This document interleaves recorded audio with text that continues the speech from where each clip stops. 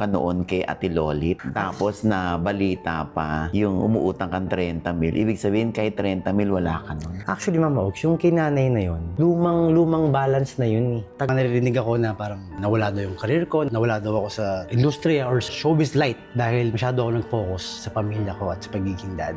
Mauubos ka na, di ba? Wala ka nang masyadong budget for that. Or yung kahit yung ano nga lang, simpleng hingi sa'yo ng asawa mo, "Chi, can we buy this?" Or kailangan natin panggatas. So, wala kang madukot. Ang sakit nun sa loob, Mama Oaks. Parang doon ako minsan tinatamaan na parang doon ako nade-depress. Ba't wala akong madukot? Mark Heras, naghihirap na nga ba ngayon?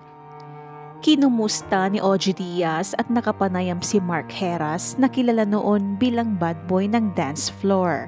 Sa naturang panayam, inusisa ni Ogie ang mga bagong kaganapan sa buhay ng actor-dancer. Naitanong din ni Ogie kung ano ang katotohanan sa mga balitang kumakalat na siya ay naghihirap na.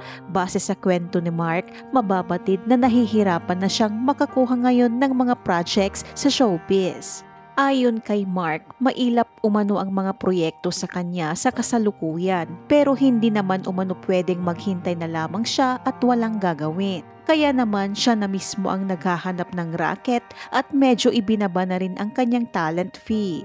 Ayon sa aktor, hindi daw siya sanay na walang trabaho. Gusto niya umano na laging may ginagawa. Natanong din si Mark kung na-zero na ba siya. Inamin naman ng aktor na oo. At dumating na sa point na naisip na niya umanong isanla ang kanyang bahay pero hindi rin naman niya ito ginawa.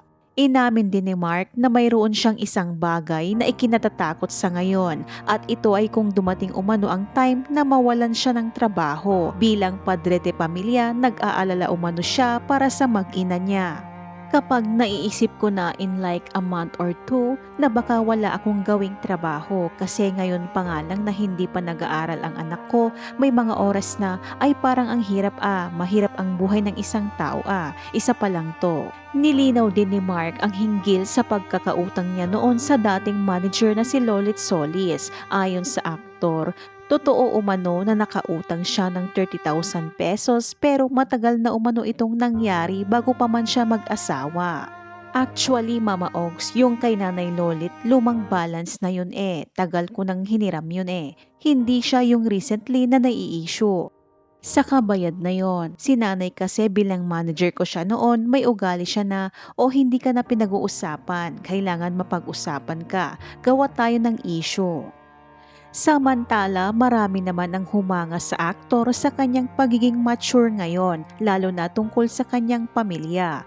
Pahayag pa niya na okay lang siyang nawalan ng career dahil nag-focus siya sa kanyang pamilya. Mas lalo pa siyang naging responsable simula nang siya'y magkaanak.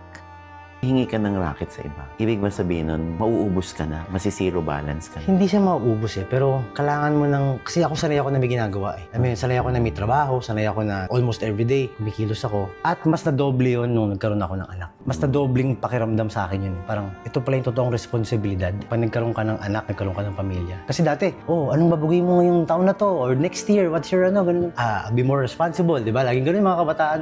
Ngayon pa lang pala, yung talagang totoong word na responsibilidad.